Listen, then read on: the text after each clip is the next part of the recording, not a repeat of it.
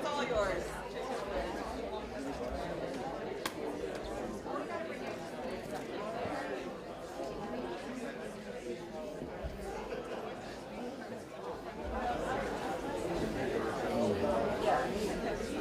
Well, good evening, everyone, and welcome to St. Thomas More College. My name is Terry Downey. I'm president here, and it's always good to locate ourselves when we start an event like this.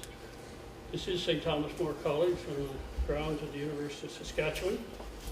We're on Treaty 6 land here. We're in Saskatchewan, and it's midwinter, so it's always nice to have inside work. So we can all rejoice with that. But we are here for the 4th annual DeMargerie lecture on Christian unity and reconciliation, and there'll be somebody have more to say about that in a moment. But this event is co-sponsored by St. Thomas More College Chair for Catholic Studies, for the Roman Catholic, also by the Roman Catholic Diocese of Saskatoon, and the Prairie Centre for Ecumenism. So for those who have been here before, welcome back. For those who are here for the first time, please make yourself at home and enjoy the evening. We have very distinguished guests that we're going to hear from in a moment. There'll be a reception following this, so please make yourself at home and enjoy the evening. And thank you for being with us tonight.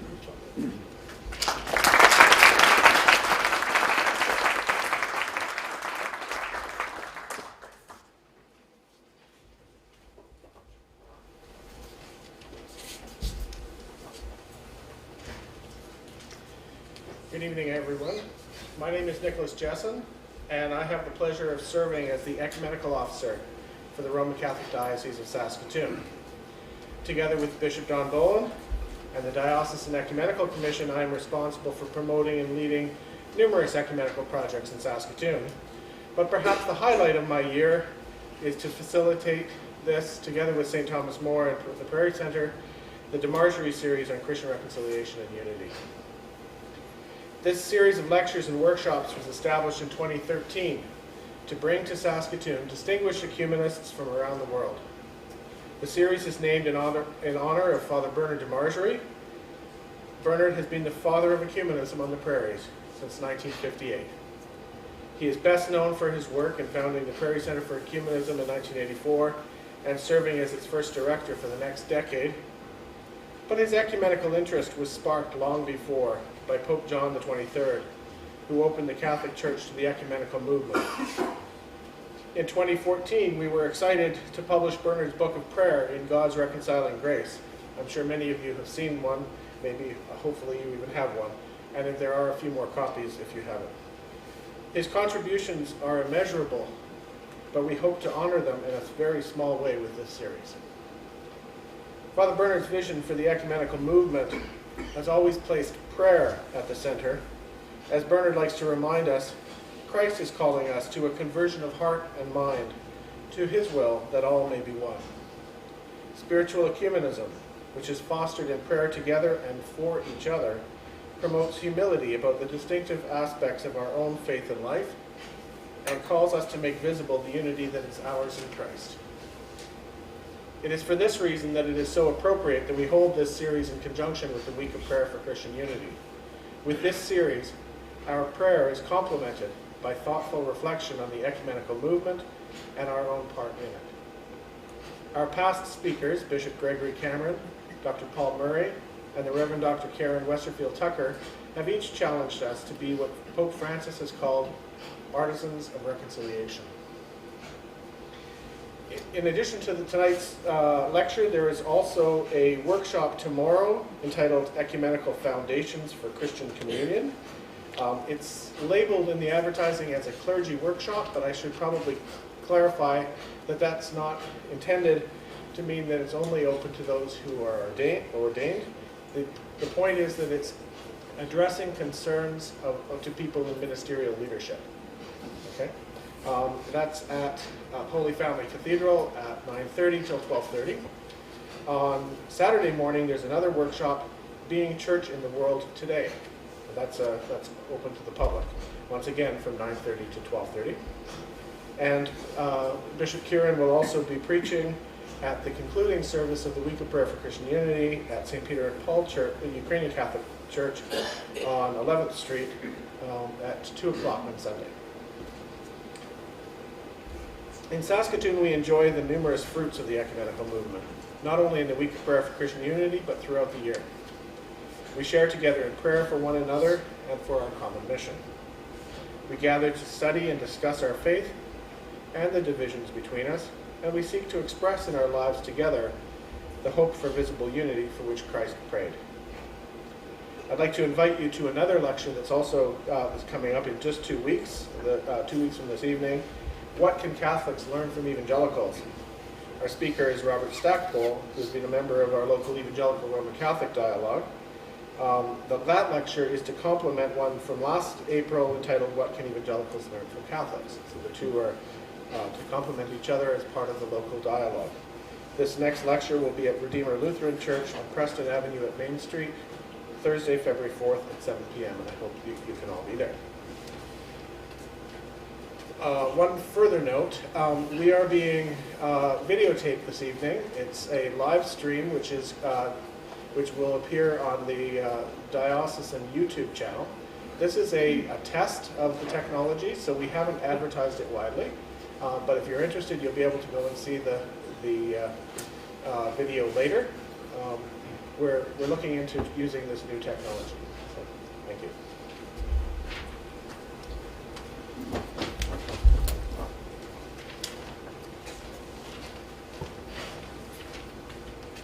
So I would join Dr. Downey and Nick in welcoming everybody to this evening's lecture, and grateful to Bishop David Irving and the Anglican Diocese for giving their blessing and eagerly supporting this invitation to hear a very fine Anglican theologian and leader in the Anglican Communion address us this evening.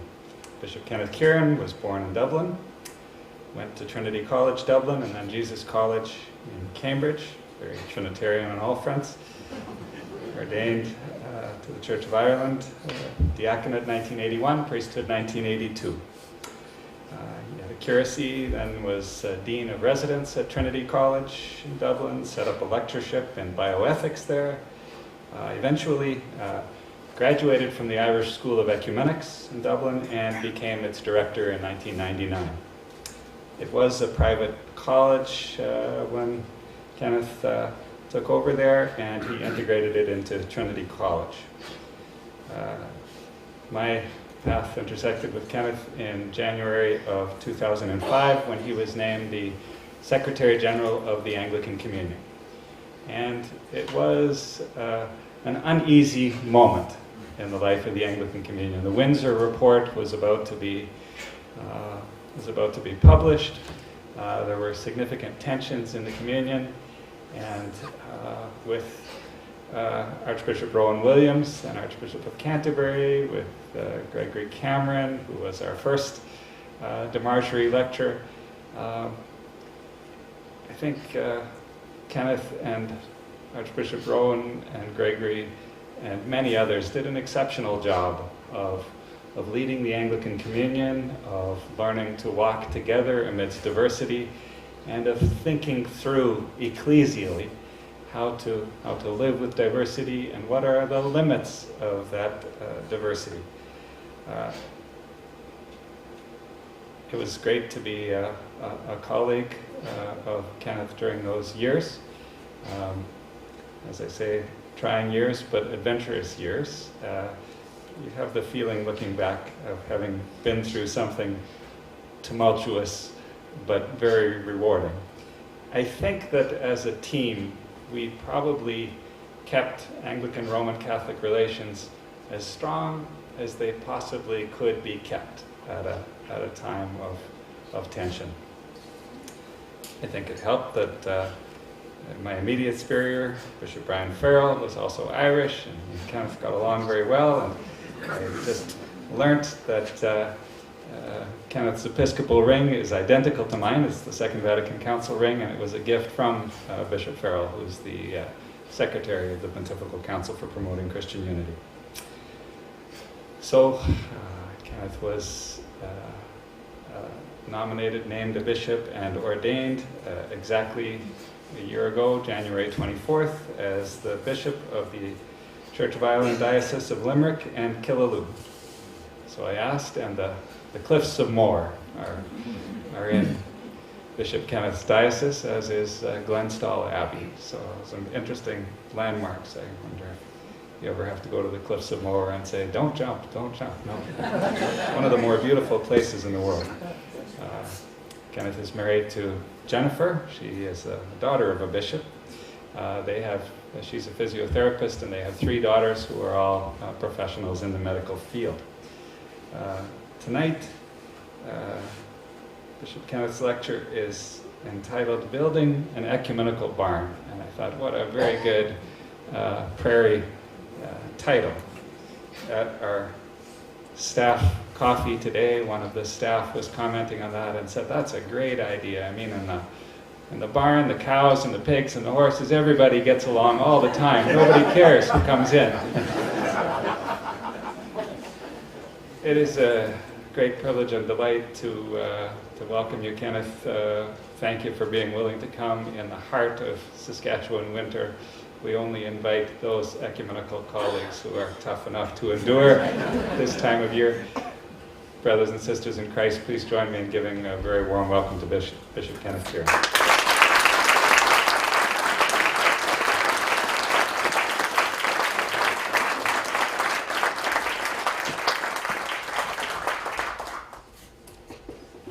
First of all, thank you very much for the invitation, and Bishop Boland, thank you for that introduction. A very warm introduction. I hardly recognise myself in it, I have to say. It's also, I think, thank you very much for the honour, and I do mean that. I know some of the people who've given lectures in the past, and I'm certainly very honoured to be part of that series. It's also personally very good for me to be able to renew contact with your Bishop, Bishop Boland. I'm aware it's a time of sadness for him with the death of Archbishop Regina, so a personal sympathy with you at this moment. Bishop Boland and I first met in our previous jobs, as he already said, and we met in Rome. And you probably are aware of your own bishop's gift of friendship and hospitality. And it was that actually rooted a lot of our relationships through that difficult time for Anglican Roman Catholic relations. And I think it's quite reassuring for me as I look back at that time, and it should be reassuring for you also, to know that there are people at the very heart of both our communions who, while working very hard, very committed to ongoing relationships between the two, root those not just simply in formal relationships and formal work relationships, but actually do it through friendship, through the deep sort of friendship. And that friendships was what I experienced through Bishop Boland, then Senior Boland, in the Vatican as well. And I think Bishop Boland did an enormous amount during his time to enable and to deepen that sort of relationship and to improve the quality of the relationships and create frameworks within which, for example, meetings of the Archbishop of Canterbury and the Pope are now regular events and are easy events. And that happens because the people in the back room, people like himself, are actually working hard at developing not only solid working relationships, but deep personal relationships with people who can influence those sorts of contexts. So it's good to see you again, and it's good to be here as well. What I'll say about ecumenical barns, I will try to share, I'll try to explain that later on, but I want to shape it almost biographically around 3 important ecumenical phases in my own life. And Bishop Boland has already referred to them. First was my period of time as director of the Irish School of Ecumenics. That was an important time for me in my life, but probably not nearly as controversial and as exciting as the next stage of that, which was the time I spent as Secretary General of the Anglican Communion through what was, let's say, a very difficult time for the Anglican Communion. And then more recently, I've been working as Bishop of Limerick and Killaloe in the west and southwest of Ireland. So I want to shape what I say around those 3 things and reflect on what I saw happening ecumenically and try to identify where I think the trajectory for ecumenism and the ecumenical movement is coming from just simply from my own personal experiences. Shortly before I became director of the Irish School of Ecumenics in 1999, the founder of the school, who was a very remarkable Jesuit called Father Michael Hurley, who was then in very active retirement, published a book entitled Christian Unity, an Ecumenical Second Spring. But the inference in that title is obvious. We were all experiencing something of a winter for the ecumenical movement towards the end of the 1990s. The title, of course, comes from Rahney, his mention of a winter for the church, but also Archbishop Runcie, who spoke about a winter for the ecumenical movement. And Father Hurley, in his very prophetic way, was seeking to identify signs of a springtime. My own feelings at that time were fairly complicated. As already been said, I had been a postgraduate at the Irish School of Ecumenics some 8 years before. And I found that time of postgraduate study there one of the most stimulating periods of my life. It was the academic buzz, the very exciting research and teaching context. That's what I found very invigorating. And after graduating from the school, I had remained engaged with it in various ways, including serving on its academic council. I came to my position as director of the school from parish life. And with that experience of parish life, I was more than aware of the sense of an ecumenical winter.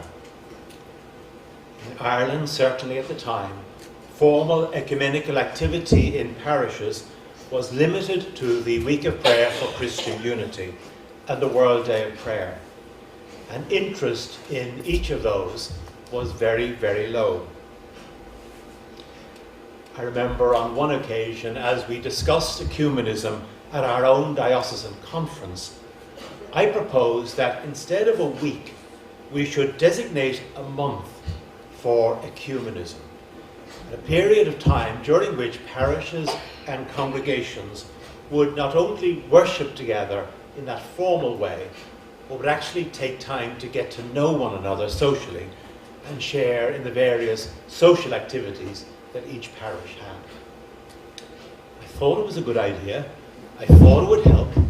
But the stunned silence among my clerical friends when I proposed a month of this meant that I certainly didn't pursue it. It was an winter time for ecumenism, and really no one had the energy for it. In my opinion, what Father Hurley had identified at that time was a tiredness of vision, especially among the leadership of our churches.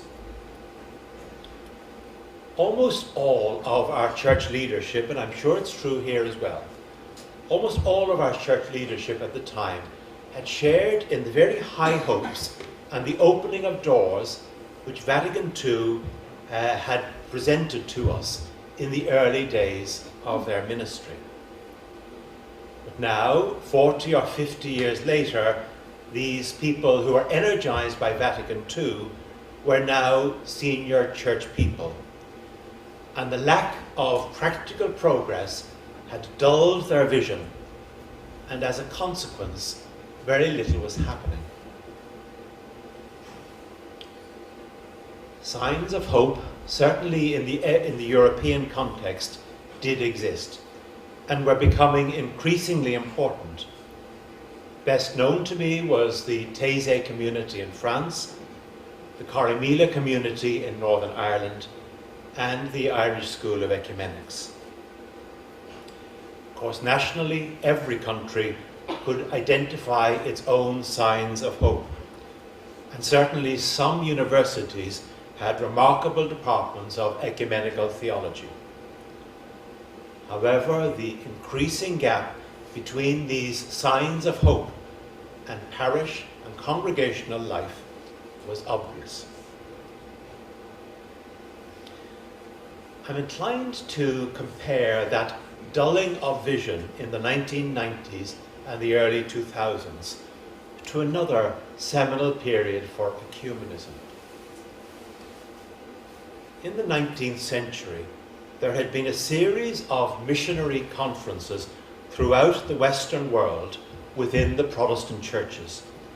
These were conferences responding to the new frontiers in explorations of the New World.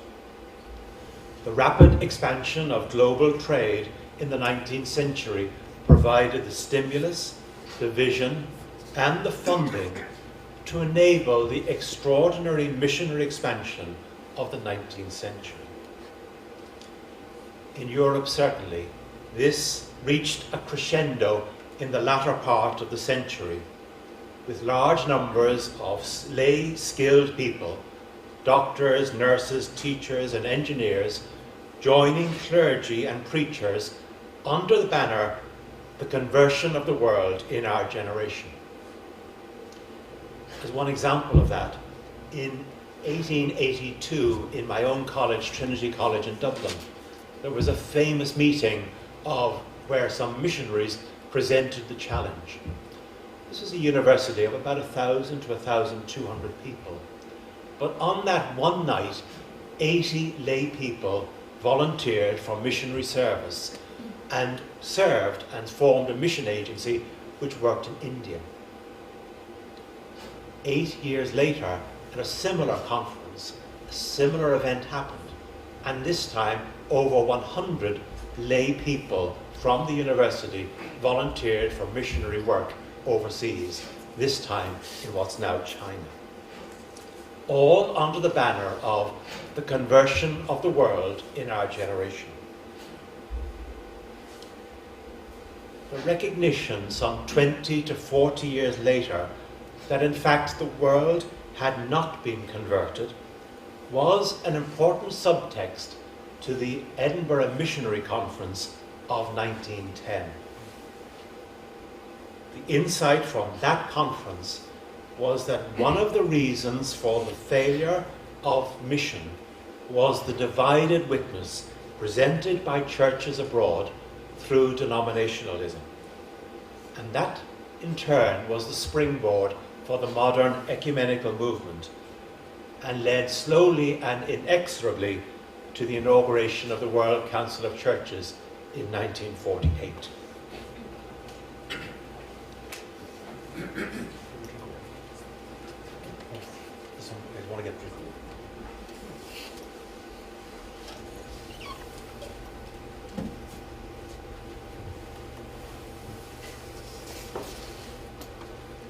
The missionary idealism at the late 19th century, as the young generation of that time realized in later life that the vision had flaws, resulted in a dulling of the missionary vision.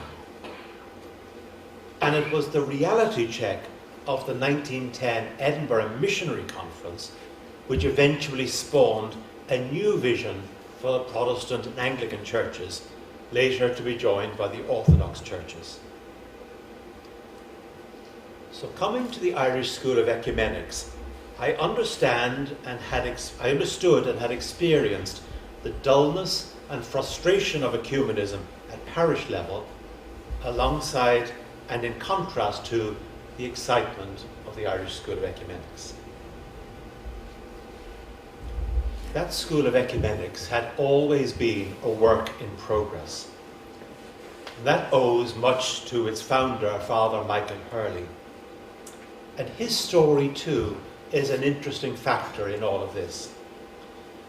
He used to tell that in the very late 1950s, the Jesuits in Dublin were running series of public lectures, sort of adult education courses, for interested lay people and clergy who lived in the city.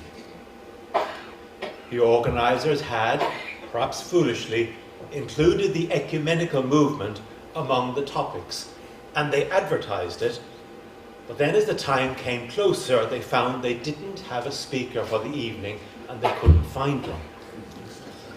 So good organisations always turn on the weakest member, and they turned on their newest recruit to the order, Father Michael Hurley, and told him to read up on this newfangled subject of ecumenism.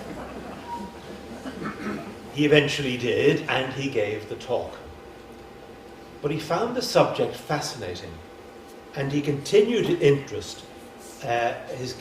develop his interest into what was then simply a Protestant and Anglican movement, and mainly focused on the development of the World Council of Churches.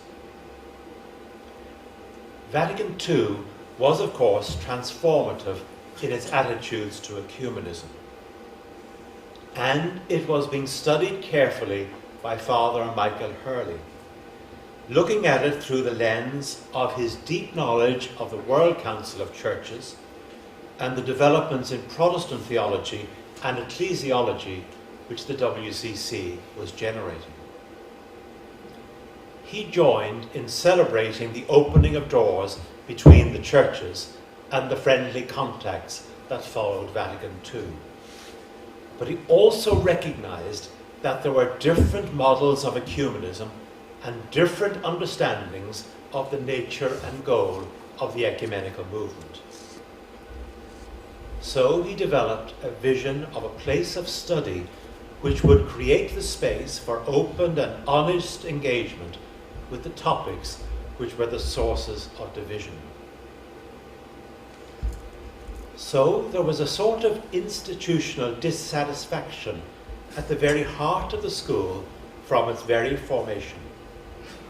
A school which sought to serve the churches by being a critical friend, studying the flaws and weaknesses of the churches which kept the churches apart. It was many years later that I became director of that same school. And by that time, the school was developing a more nuanced and sophisticated vision of itself. Where I think much of the energy of the school comes from is that it continually puts before itself the vision of the goal and purpose of the ecumenical movement. We cannot shorten the prayer of Jesus into that they may be one.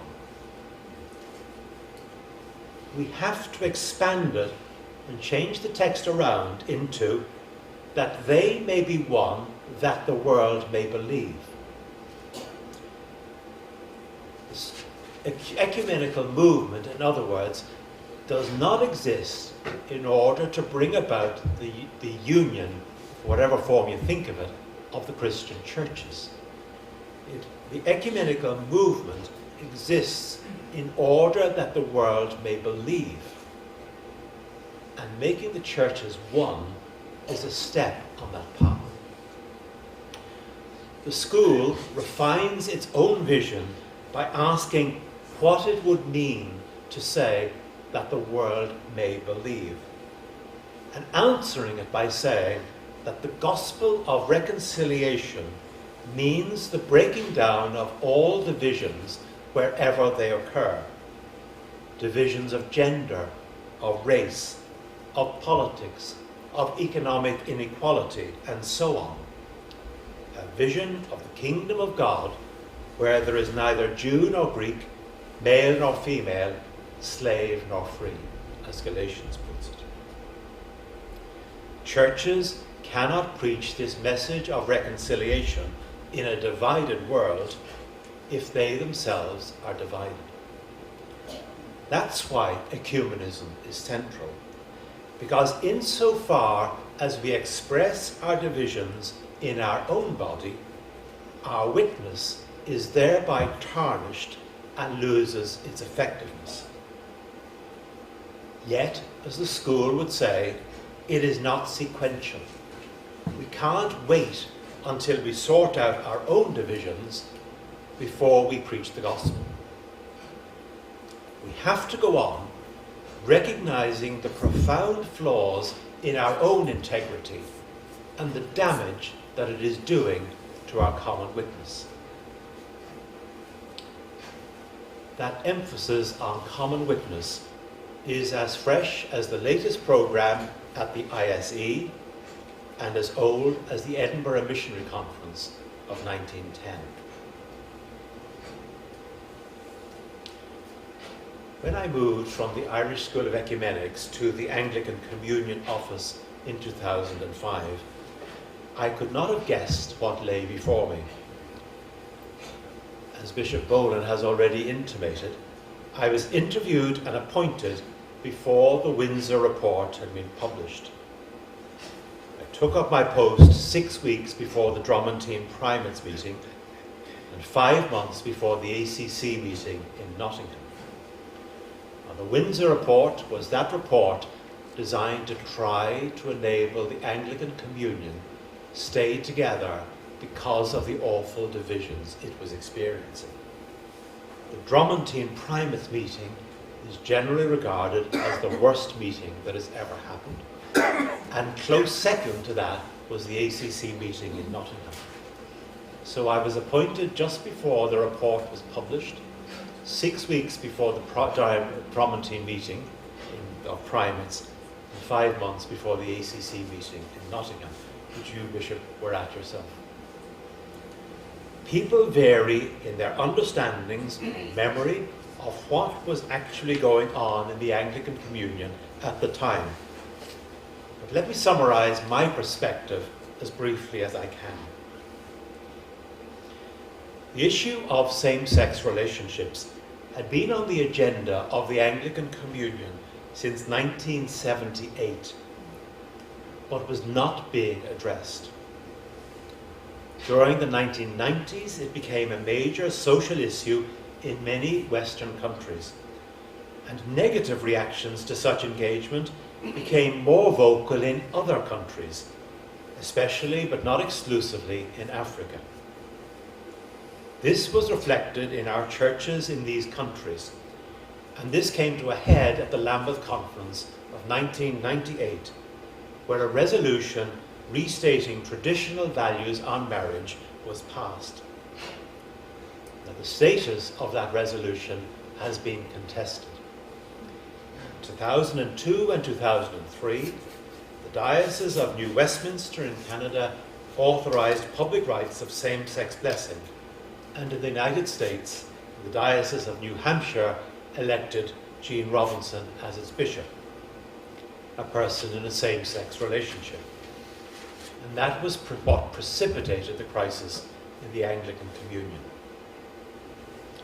The Windsor Report was commissioned not to address the question of same-sex relationships, but to examine ways in which the unity of the communion could be maintained in situations of division, such as we were experiencing. A major part of the Anglican Communion Office's work is to support and encourage and coordinate the Communion's ecumenical engagement with other world communions. There's no doubt that our own internal Anglican divisions were having an effect on these relations. Not so much with our direct conversation partners, because they took the time to understand, but some of our dialogue partners were finding it difficult to defend business as usual with Anglicans with such divisions. This was especially so with the Orthodox family of churches and with the Catholic Church. However, the ecumenical conversations themselves were also at a point of change. Perhaps the best known and arguably the most successful of the dialogues from an Anglican perspective, at least, is the Archic series of conversations. These dialogues seized the opportunity made available by Vatican II's decree on ecumenism and set about tackling the major issues that divided or appeared to divide our two traditions: Eucharist, ministry, salvation, and so on. It's difficult for us today to imagine the courage of those who first drew up that agenda, or the sense of trepidation that the members of those dialogues must have experienced before their first meetings. I said the Archic series was probably the most successful of the dialogues from an Anglican perspective. How is success measured for a dialogue? To my mind, it's about reception.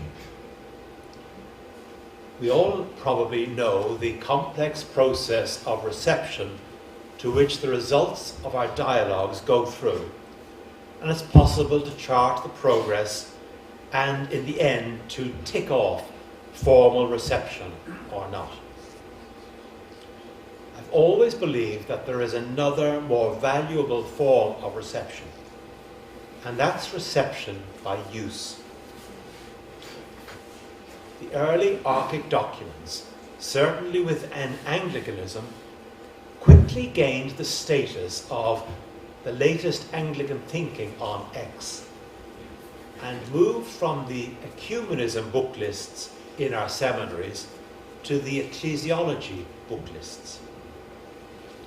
That form of reception, reception by use, is, in my opinion, far more important than other more formal modes of reception. That's related to another point that I often try to make. Ecumenical dialogue is increasingly the way we do our modern ecclesiology across the denominations. It's very long been a fact that biblical scholarship is completely non-denominational. No one gives a thought to the appearance of names like Raymond Brown or Schillebeeckx on an Anglican book list. What's even more significant, I think, is that agreed texts and the fruit of ecumenical dialogues are now used across the denominations as textbooks on matters of ecclesiology. Probably the most widely used document is the WCC document, Baptism, Eucharist and Ministry.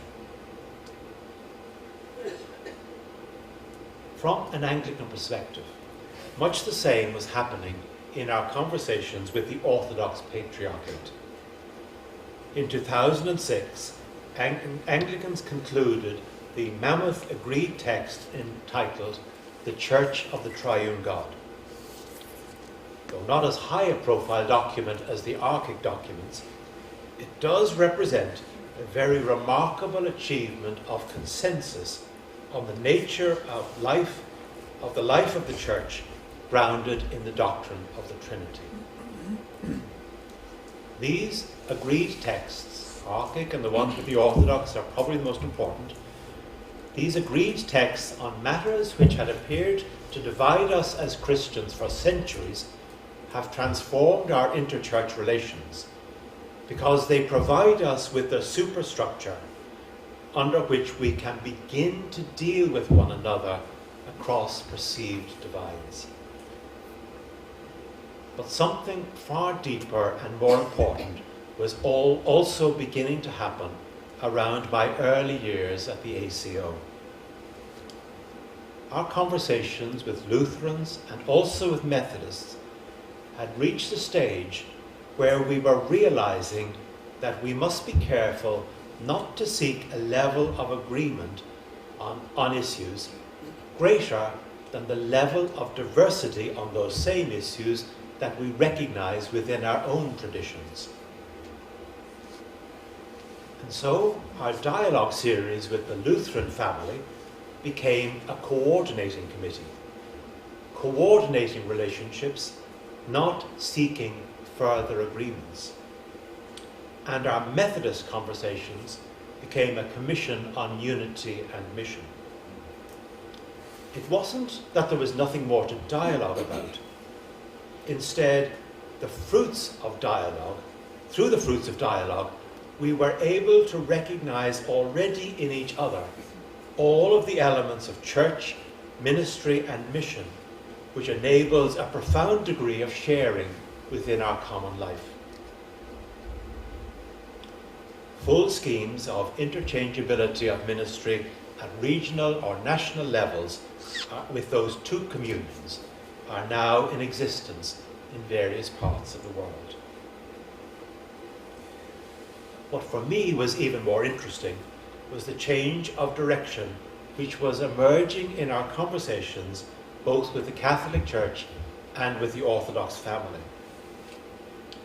Cardinal Kasper produced his book, Harvesting the Fruits. It was, if you like, a pause to assess where Catholic ecumenical dialogue had got to, and an opportunity to review progress so far, and to seek to lay down markers for progress already achieved. At much the same time, the Anglican Communion produced The Vision Before Us, a similar attempt to summarize progress so far. Though not a cause and effect, it is noticeable that the next phase of ARCIC chose to explore the way in which the Church locally and globally makes ethical decisions. An issue which, to my mind at least, has needed to be addressed for some time, because it's often issues, especially in the area of personal morality, which uncovers the divisions along denominational lines.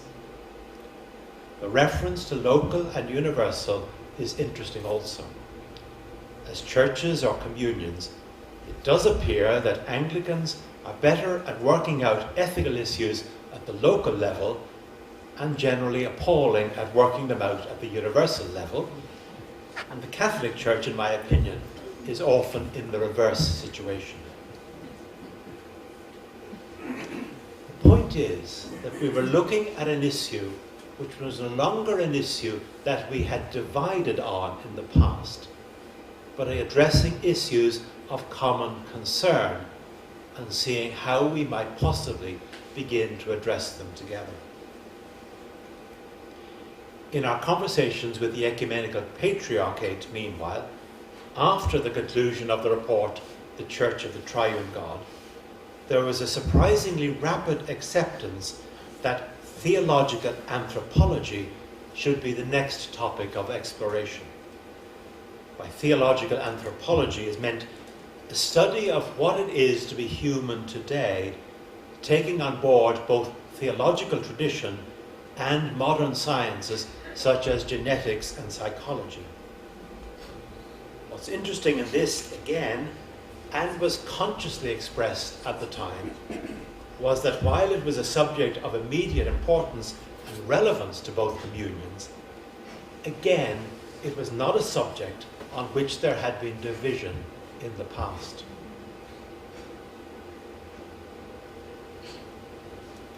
At this point, I should pause and ask the question which may have occurred to some of you. What on earth does all this have to do with building an ecumenical barn? Which was the title I think I began with.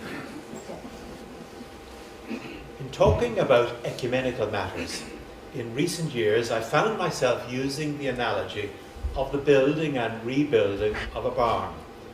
Maybe that's because I work in the west of Ireland and I'm not exactly in an urban society. Like all analogies, it has its limitations. The oikos, the whole of living humanity, has in its midst a barn which the community of faith inhabits. It was started in the 1st century AD and expanded over the centuries as numbers grew, and it was embellished as necessary by creeds and ecumenical councils. The first major damage to that barn occurred about 1,000 years in the division between East and West. And there was even further damage, major damage, in the 16th and 17th centuries in a period we call the Reformation. Since then, differing groupings have continued to live in their separate, damaged sections of the barn with little contact with others until the early part of the 20th century, when first a limited number of communities began to discuss the prospect of repairing the barn, and some other communities joined in at later stages, until formally most of the communities living in the various parts of the disjointed and damaged barn are now working together on the work of restoration. At the start, work had to begin on the basic structural beams which were broken in the original damage. These beams are the main theological issues which failed to hold the church together in times of challenge and crisis. And these major beams have been the subject matter of the various bilateral and multilateral dialogues of recent years. In this metaphorical barn, even though many of the beams have not yet been repaired or replaced, many of the communities are already moving back in and beginning to use the barn again, even though the main structure has not been secured. Despite the fact that there are still huge gaps in the roof, we are beginning to move back in and to use the barn. The point at which confidence to move back in and begin to explore living together happens. The point at which confidence to move back in and begin to explore living together as first two related communities and hopefully eventually one community will vary depending on the communities and the depth of the original break. But the moves are happening. For example, with Anglicans, Lutherans, Methodists, for example. For me, this analogy also helps me to understand the recent awakening of positive interest within evangelical and Pentecostal circles in the ecumenical movement. Circles which each one of them are vast, but have either been ignored or have shunned the rebuilding efforts. It's as though they are saying, hey, wait a minute, what's going on? No one asked us, and actually, when you do ask us, we're not sure that we really like the design you're working on. It doesn't suit us.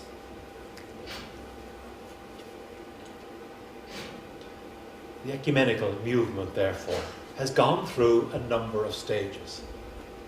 The first stage was to address the ecclesiological and doctrinal divisions which caused disunity in the first place. The second phase, which has begun without completing the first, is to ask, what's the purpose of all of these conversations and dialogues about doctrinal questions? Do we have a vision of what the end result would look like? And if so, why can't we just get on with it? That, I think, is where the Irish School of Ecumenics was and is. And I believe that's where the recent dialogues are being drawn. When I use that analogy, I'm sometimes asked, what's the third phase? And I'm much more hesitant to answer that. But if I'm pushed, I would say that the answer has two parts. There is an internal question, which is the question, how does the emerging ecumenically orientated church relate to that part of the church which is not ecumenically committed? It's a very real question, and the gap is actually becoming a gulf. And for complex reasons, it happens to be the fastest growing part of the Christian family, which is not interested in engaging ecumenically. The other, or external part of the third phase is to ask how this emerging ecumenically orientated church sits with the rest of the whole created order, including humanity. I phrase that last sentence carefully, as I think there has been significant progress in addressing the relationship of an ecumenically orientated church or churches with the rest of the created order in terms of environmental questions. Very many questions still remain in terms of, for example, relations with the economic and political order, with socialism and secularism, for example. Relations with the rest of humanity for any church remain profoundly challenging. For example, the questions posed by interfaith questions, and also questions posed by fundamentalisms, both religious and political. So there are three possible phases for the ecumenical movement, each with its own integrity and each addressing its own challenges.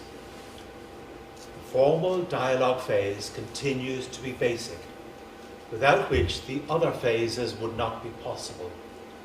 But that dialogue phase itself is evolving. Dialogue is being joined by multilateral conversations, and that has to be welcomed. And also the WC processes, slow as they are producing important results. The Baptism Eucharist Ministry document of the WCC and the more recent document on the Church could not have been conceived without the bilateral documents. But in terms of a final document, there is, I think, a qualitative difference with the WCC documents. The style is such that it is readily accessible, and there's a strong sense of something new.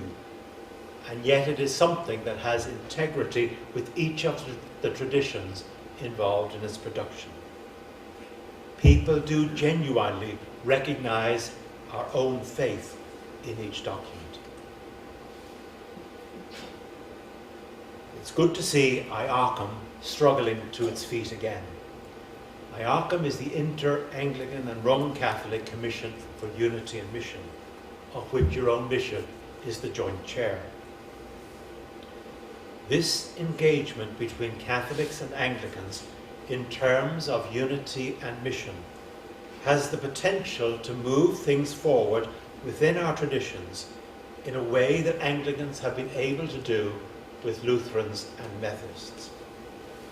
Hopefully, resources permitting, it might be possible to envisage a day when IACM will set the agenda for ARCIC, identifying those theological and ecclesiological obstacles hindering progress on unity and mission. I'm sure if I think hard enough about reconstructing barns, I'll be able to find some way to address the analogy, but I haven't got there yet. My last phase, Limerick and Killaloe, lies in the south and west of Ireland, and is the place where I now minister. There is one significant city, Limerick. I have two medieval cathedrals, one in the city and one in more rural Killaloe on the banks of the Shannon. And I have two more medieval cathedrals which are in less frequent use. Many of the tourist attractions which you will either know of or have heard of or even have visited lie within the diocese. We have most of the River Shannon, we have the lakes of Killarney, Dingle, the cliffs of Moher, as already mentioned, the Burren, and so on. The list is endless. When people from this part of the world visit my area of Ireland, what they most appreciate is the easy access to very remote places. You can drive from the city of Limerick and within a very short period of time be in remote mountainside with marvellous views and scenery. What you most appreciate are landscapes without a person to be seen and without a light at night time. Now, idyllic as it may seem to you not to be able to see a soul in the landscape, not seeing souls does cause problems for those of us in the religious business. And if souls of any sort are rare enough in that part of Ireland, even rarer are Anglican souls. This beautiful part of Ireland is suffering demographic change. Less and less people living on the land, young people going to other parts of the island especially for third level education, and usually not returning. The problems that our churches face are also faced by social and sporting organisations and other structures such as post offices, shops, and the local doctors are also major issues in that region. With falling numbers turning to faith in all Western societies, we as churches in my part of Ireland face some very real challenges. While issues of demography are to the forefront, we are not immune from the wider concerns of all postmodern societies, which to my mind centre on issues of identity and belonging. In terms of identity, today we self-identify in very complex ways. I live in this neighbourhood, but I work in another neighbourhood. I socialise in yet another place. I'm a member of a sports club in yet another place, and I also play bridge. That set of identities is almost unique to me, such that there is no other person who will share that same sense of belonging with me. Rural communities are often the last vestiges of communities with relatively shared identities, which sometimes are attractive to those escaping the rat race of urban life, but which, especially to young people growing up in those rural communities, are perceived as stifling and claustrophobic.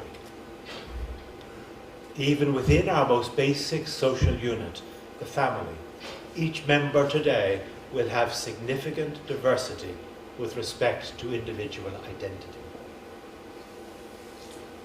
In terms of faith, this question today plays out as the phenomenon of believing, not belonging, identified by the sociologist Grace Davies.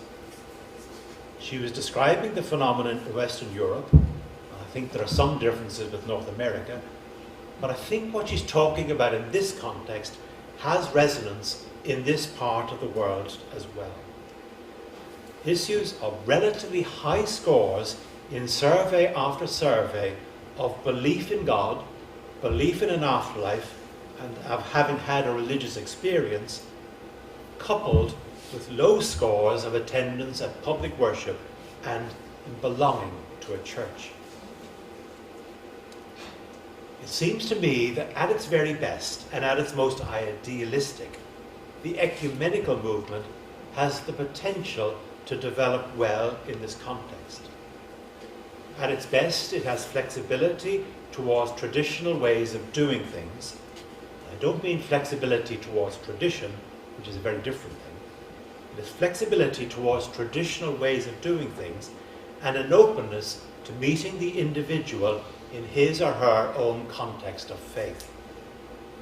Because ecumenism lives outside the normal structures of denominationalism, it is more comfortable with unstructured forms of faith. I did say the ecumenical movement at its very best, or at its most ideal, because if we're honest, we are still very uncomfortable with moving too far away from our comfortable structured denominations. So after exactly a year as bishop, let me share some observations with respect to ecumenism from my current experience. In rural Ireland, certainly, ecumenism is now a dimension of community life, not primarily church life. By this I mean that the driving forces are coming from community engagement by laity, not from any form of church leadership. Of course, that doesn't mean that we're not consulted and not involved, but seldom today, in my experience, does an ecumenical event have its origins in the decision of clergy. And that's probably a good thing. We are still fortunate in the west of Ireland not to be experiencing the militant secularism so common in large conurbations today. most people recognize and respect the role of faith in their lives and in the lives of their community. I was discussing this with one of my Catholic colleagues, Bishop Brendan Leahy, recently. Together we attend, frankly, innumerable ecumenical occasions. But unlike some years ago, we are not expected to have any part in the planning or structure of the event. It's much more usual today to be given a script when we arrive, a script that has been written by someone else. I also have to say, so far, it's been of high quality.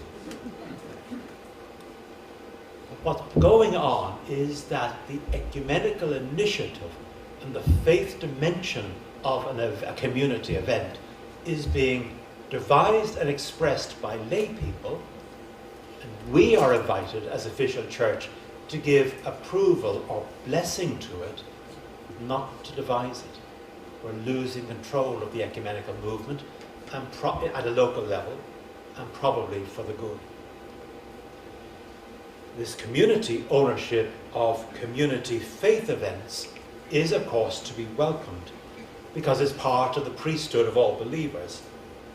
But it does have implications for the way we understand faith in community today and the place of church in community.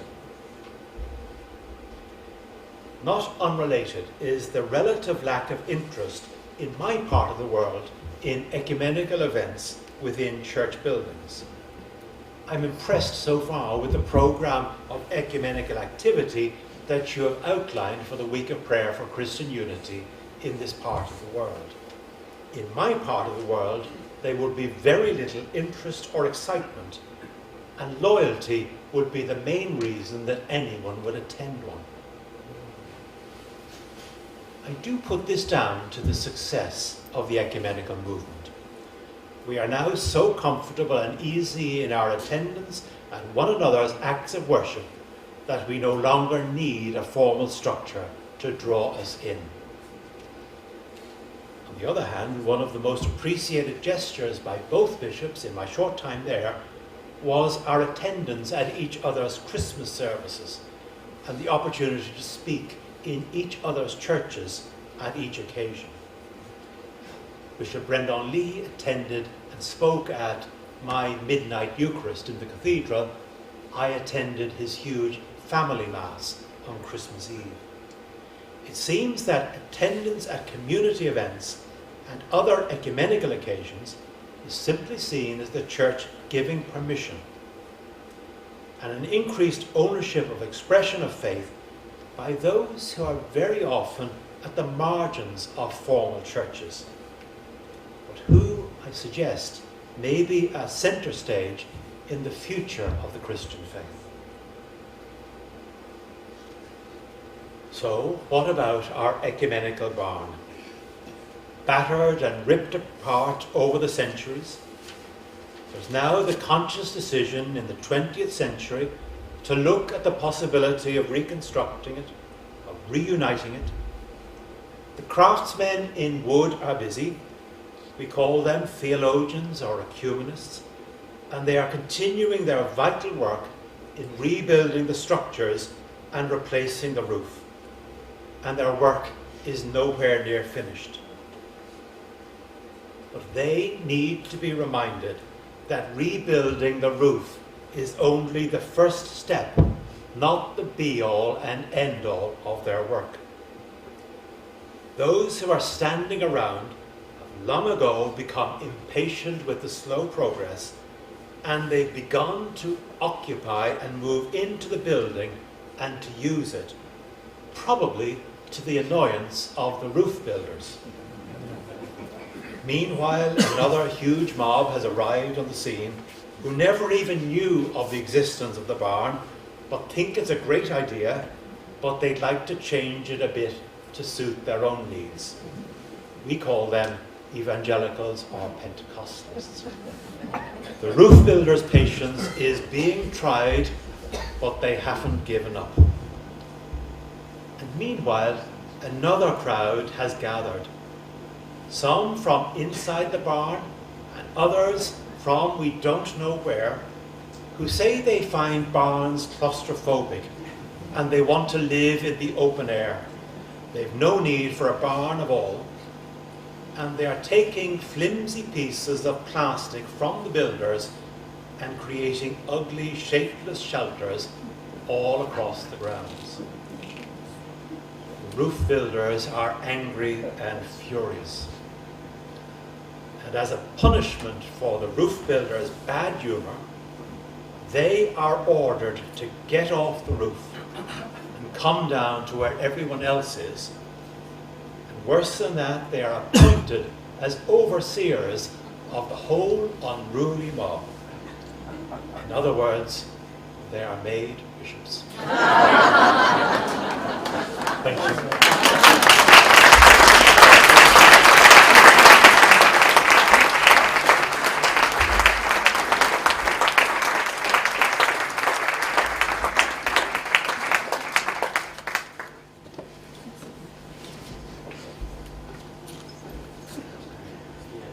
Thank you very much, Bishop Kenneth. My name is DeMargerie. I serve as the Director of Mission and Ministry here at St. Thomas More College. And I'd like to now open up an opportunity for some question and answers. We do have a microphone. Chris is willing to bring it right to you. So if you have a question for Bishop Kearon, please just raise your hand and introduce yourself and pose your question, and we'll give him a few moments to respond. So, anyone who would like to raise some questions in response to this evening's lecture.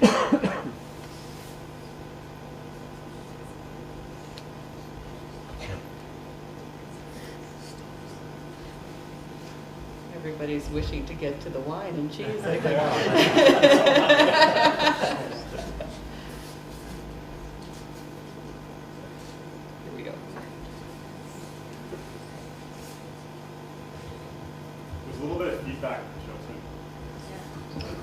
Yes.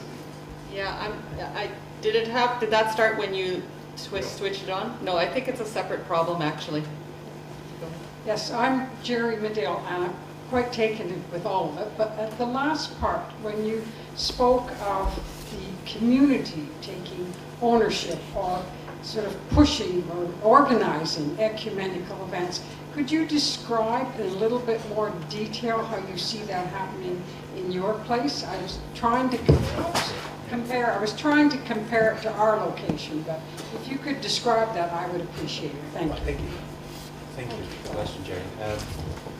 I was trying to describe a very simple fact, which is that nowadays, when you talk about ecumenical things, in the part of the world where I am, where people still recognize the importance of faith, and they wish at community events of all sorts to have a faith dimension to it, they no longer ask the bishops or clergy to write something which is a blessing.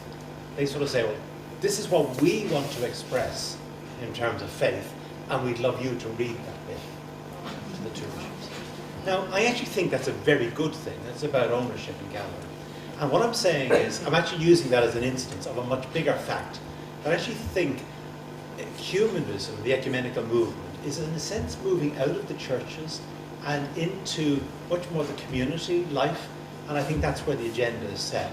A better example are the number of Bible study groups, house churches, which are not people trying to set up another church, but they just don't see the formal church as meeting the particular needs that they wish in terms of just working together and exploring faith together. Another part is in Tralee, there's a women's group, what do they call it? There's a women's group, they organise Bible studies of all sorts, they get quite large numbers, and they're all members of the former churches, so they're not a breakaway group, but they're taking ownership of it for themselves.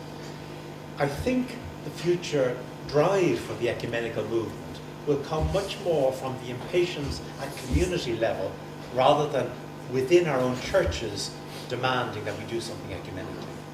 Do you understand what I'm saying there? And I actually think that's a good thing, and I'm happy to see it happen, but it does profoundly change the way we all see it.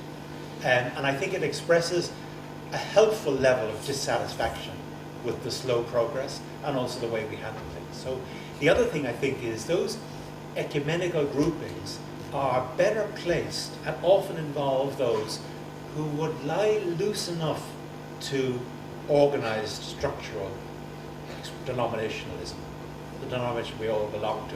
They're often, well, there's a significant number, but often people who don't actually belong to a denomination of any sort, belong to a church, don't really want to. They may be the sort of people who go to church whenever they think of it, or whatever church they want to go to. They're people who are actually beginning to sit loose to institutional church. I think those sorts of people are actually, if they can stay with faith, even if they don't stay with the institutional churches, are a great element of hope for the Christian church. They're also a terrible damnation to us all that we haven't reached out to. And I actually think together all of those groups, that ecumenical community activity, shared experience, which is beyond denominationalism, is where the interesting bits are going to happen from now on. That's all I was trying to say. Does that make sense? Probably made it worse than it was the first time. Didn't explain.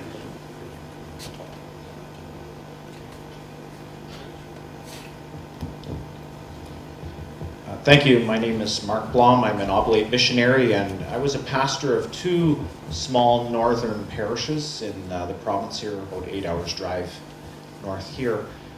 And there was an organization in Edmonton called LAMP, Lutheran Association of Missionaries and Pilots. And there was a time when they used to fly pastors in the north. And they changed their mission over time to facilitating vacation Bible schools, which is like a 5-day kind of run of Bible classes and crafts and fun and games in these northern communities where there's there's a lot of social disintegration and not much for the kids going on. So this organization coordinated people to come from Minneapolis. So about 20 hours of driving, and they fundraised all the way, their own expenses. And every year they came up and they formed bonds with these kids. And it didn't even seem like we were different denominations. Our hearts were intent on providing these kids with a really good experience of faith and fun and new friends. And so I really call that practical ecumenism. Yeah. And I think that's what you were referring to. Very much so. And it's a matter of the church, the formal church, hanging on to the edges of that sort of thing and trying to travel with them. Yeah, I think that's exactly right. And those opportunities are, there's so many new poor in all of our Western countries, and disenfranchised and marginalized peoples. I think that having soup kitchens, thrift stores, these Bible outreaches, where our doctrine isn't going to get in the way, where it's the basic evangelization, that those really are maybe, some of the more fruitful ecumenical efforts. So they're very good. Yeah, exactly, and I quite agree with you. Another example which we're sort of, not sure about. I mentioned that I 4 cathedrals, two cathedrals which we use as cathedrals. And 2 others we use occasionally. We still retain the right to have services there, but it's really they're well-known tourist places, and again medieval cathedrals. And while we have ownership and so on, and we have to pay for insurance and all that, and we do hold services maybe once a month in those sort of services, we don't have a community that works with them. So the local community handles it as a tourist resource as well. And the community is hugely respectful, and whenever I go there to take a service of some sort, large numbers of the community will come and support it and so on. And they're very happy for us to have services there. But increasingly, that community group is giving permission for all sorts of religious groups to hold services there. And by and large, you begin to wonder what's going on. Is it black magic rituals? But it's not. Actually, none of us that. I don't think they'd allow that. But it's all sorts of groups that are just not that connected with church, who just want to be at peace, be holy, and pray, and worship, and so on. And who am I to... We're the current custodians of these medieval buildings, but who am I to stop them? But that's where... I'm saying there's a very interesting church which is there, and I think the ecumenically orientated churches have a better capacity to engage with them than other non-ecumenically minded churches. But got to make sure we see that that's where some of our future life is going to come from. and we need to get engaged. So I'm agreeing with you, and there's a whole lot of different phenomena happening all over the place. It's great. Let's travel with it, but it gets hairy. Isn't that right, Bishop? You sort of feel you're so responsible. He has 2 cathedrals too. He has 2 cathedrals, eh? Yeah. You know the feeling. The 2 cathedrals are quite interesting, actually. We're very lucky with them.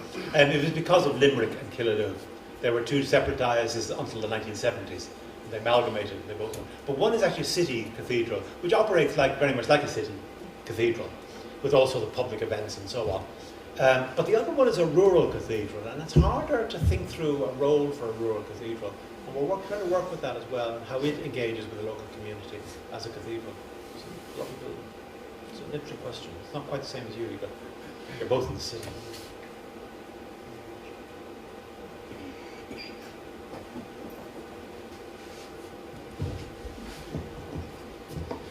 I'm Alan Grundall with the Evangelical Lutheran Church. I was quite taken with your expression of ecumenical efforts through reception by use. And I would like to hear a little bit more about that. It triggered some thoughts back in the early days of our history as well here, when we dealt with same-gender kinds of issues. And I recall a workshop here in town that was conducted by the Alban Institute, who came to help us to deal with conflicts within the church of all types. But of course, they said we are not going to deal with any specific one, because those are issues that need to be dealt with locally. I think that was wise of them. But at the same time, in the question and answer period, of course, the matter of same-gender things came up in terms of question and how we should approach that. And I recall their advice that I thought was extremely good. They said something about that you really ought to read everything that you can find in the scriptures about it. You ought to read everything that you can find in the secular press and the scientific circles about it. You should talk to people with persuasions on both sides of the issue, and you should pray and pray and pray, and then don't vote.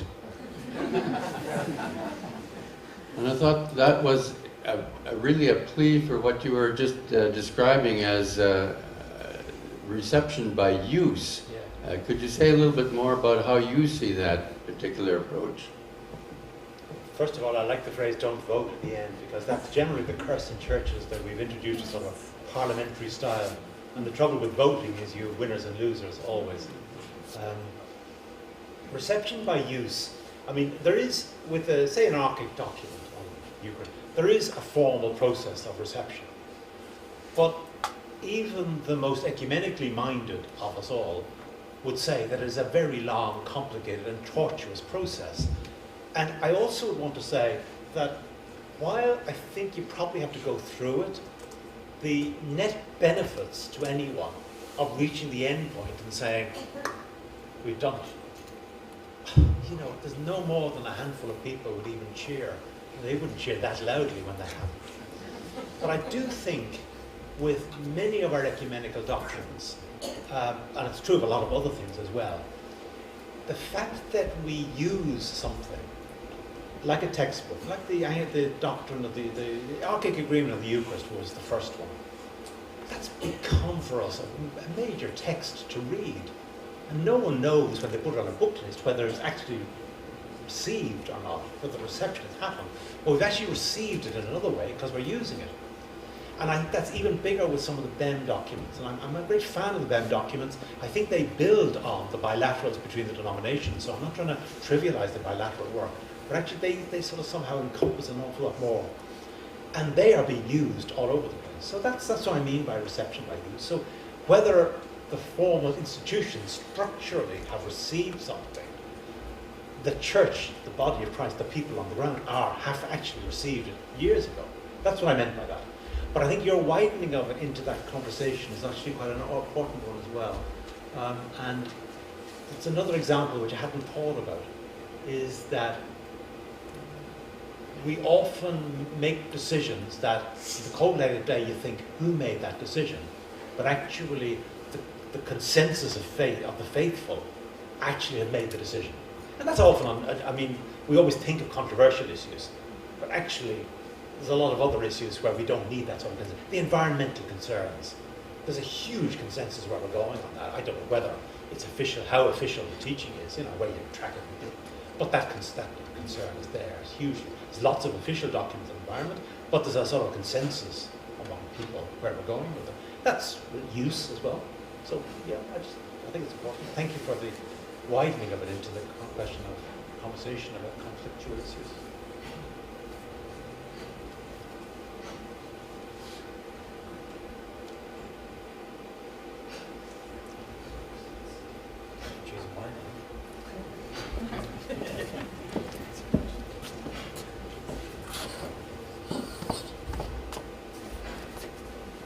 Thank you so much, both to Bishop Kenneth and to all of you for being here this evening. It's lovely to see such a group gathered for our fourth annual DeMargerie lecture, and of course to see Father DeMargerie here as well. Glad to have you all here.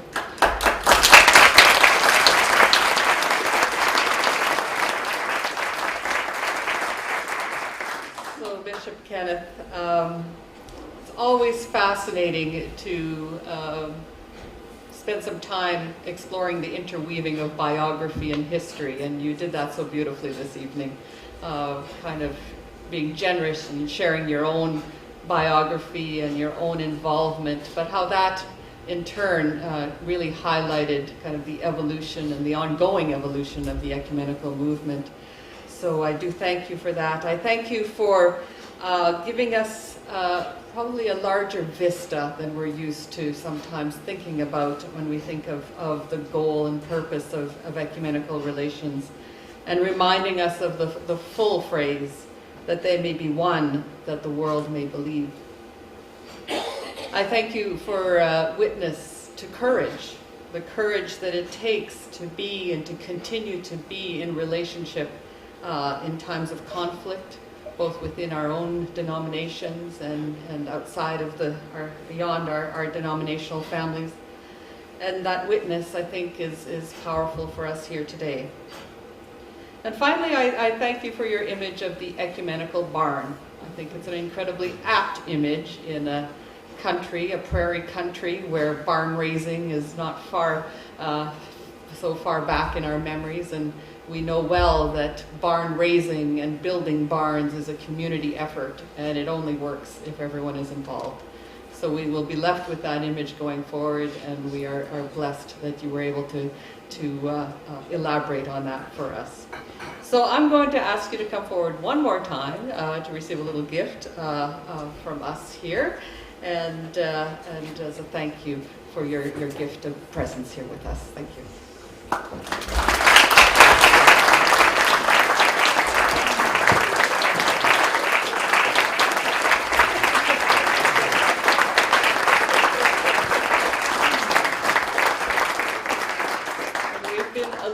To the wine and cheese. The wine and cheese exists. You have to go just straight out of the door to this barn, keep on going down the hall, turn right, you will find the wine and cheese. You're all welcome, and let's continue the friendship and hospitality that builds the relationships we long for.